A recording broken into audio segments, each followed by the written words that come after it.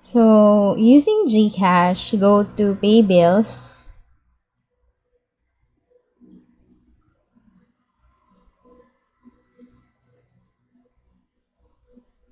And then look for government. And yung pinakauna dyan is BIR. And then, let's start. Okay, so sa form series, ang hahanapin mo is yung 700, 1700 income tax return. Sa form number, look for 1701A. Tax type, IT, stands for income tax. For return period naman, it should be the last date of the year, which is December 31, 2019. For TIN, yung 9-digit TIN, excluding the 3 digits at the very end. Tapos sa branch code, you'll put 5 zeros. And on the amount, syempre yung halaga na kailangan mong bayaran, yung tax na kailangan mong bayaran. And be sure to include your email if you want to receive an electronic receipt, which you need to print out later on as a proof of payment. And then, review all the details and then click on Next. Okay, so kung may kailangan kang i-revise, you can still go back. Otherwise, click on confirm if you're good to go. And during this process, kailangan talaga stable ng internet connection mo, lalo na kung gumagamit ka ng GCash. And, yan. So, we're done with our tax payment. And since we have included our email address nung tayo nag-process ng payment gamit yung ating GCash app, we can actually receive the electronic receipt on our inbox, so you can check that out tulad nito, and you can print it kung kinakailangan. And ngayon natapos na tayo mag-file at magbayad, ang next step naman natin is magpa-stamp sa ating mga RDO. And although na-discuss ko na to kanina sa part 1 ng video tutorial na to, kung sino-sino talaga yung mga required magpa-stamp, ulitin ko na lang po ulit. Sila po yung mga nag-fill up ng form manually, whether walang babayaran or nakapagbayad na, gamit yung kanilang napiling mode of payment.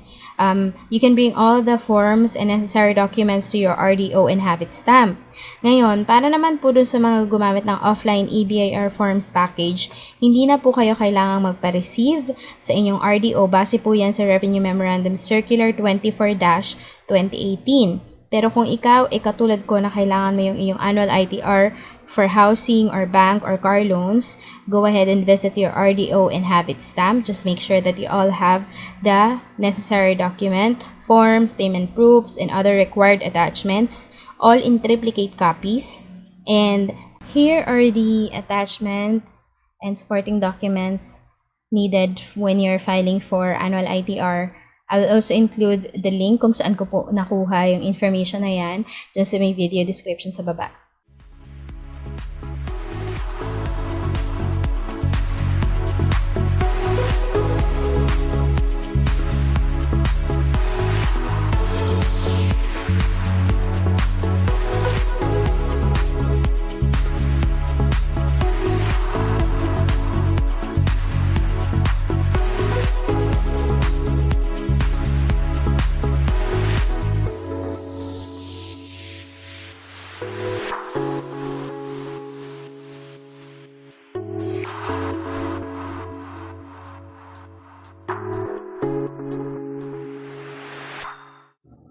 So now we're done with our annual tax filing. Sana marami kayong natutunan sa video tutorial na to.